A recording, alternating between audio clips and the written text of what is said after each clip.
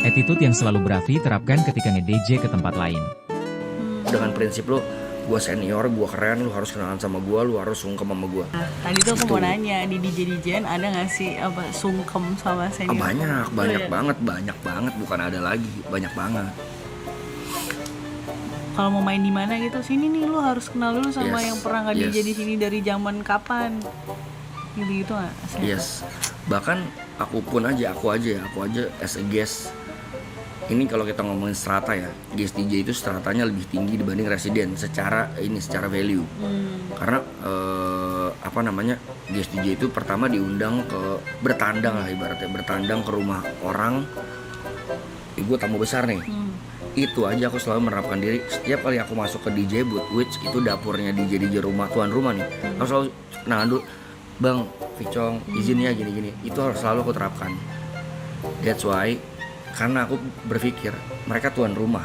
Mungkin secara strata aku lebih tinggi value-nya. Secara pengalaman juga.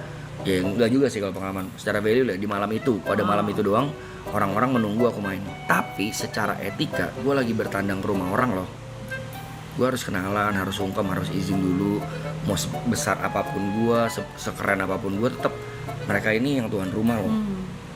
Dan that's why kenapa aku lakuin itu? Karena aku juga tuan rumah di rumahku. Karena aku juga residen dulu. Dan aku nggak suka kalau ada DJ guest yang nggak sopan, misalnya ngelonong aja kita lagi main, dia nggak permisi, toto nyolok flash disk. Nah itu kayak etika di dalam DJ booth itu yang lu chef, tapi kalau lu masuk ke dapur orang lu harus nanya, ini panci di mana ya? Ini di mana ya? Boleh gak kasih tahu kayak gitu loh. Kan kita bertandang ke rumah orang. Nah itu yang aku terapkan hingga terjalin snowball effect. Mulut ke mulut kan bahaya. Nah ini mulut ke mulut orang mungkin yang membuild brand aku jadi good. Kayak si Vicong orangnya walaupun mulutnya kayak sampah tapi orangnya sopan loh gini-gini.